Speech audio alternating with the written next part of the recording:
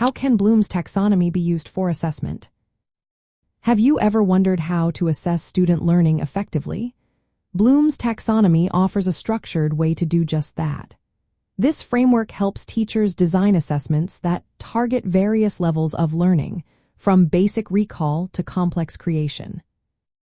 By aligning assessment tasks with the cognitive levels of Bloom's taxonomy, remembering, understanding, applying, analyzing, evaluating, and creating, teachers can measure not just what students know but how they use and extend that knowledge. Starting with the remembering level, assessments can ask students to recall facts or explain concepts. For instance, quizzes that requiring students to list or define terms are great for assessing foundational knowledge. Moving up to the understanding level, tasks might ask students to interpret information or summarize ideas, which shows they grasp the material. Next, we have the applying level, where students use their knowledge in new situations. This could involve solving problems or performing procedures.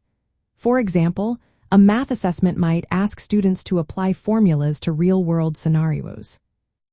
As we reach the higher levels, assessments shift toward critical thinking and creativity.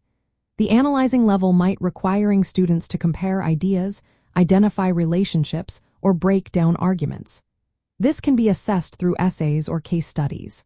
Evaluating involves judging the value or effectiveness of ideas. This could be done through debates, peer reviews, or justifying decisions with evidence. Finally, the creating level asks students to produce original work, like designing projects or writing reports. Using Bloom's taxonomy in assessment helps teachers create clear and measurable learning objectives.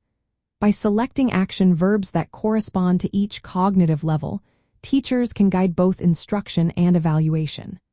This clarity ensures assessments are valid and reliable. It also supports lesson planning by building objectives progressively, allowing students to develop higher-order thinking skills over time. Practically, teachers can use Bloom's taxonomy to develop a range of assessment types that address multiple cognitive levels. This approach avoids overemphasizing rote memorization. Teachers can align lesson-level objectives with broader course goals, ensuring assessments build toward mastery in a logical sequence.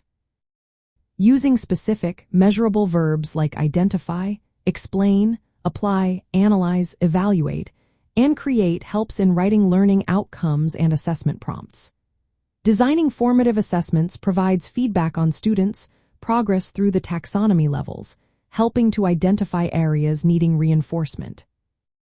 Incorporating active learning strategies, such as debates, role plays, or projects, naturally assesses higher-order skills like evaluating and creating.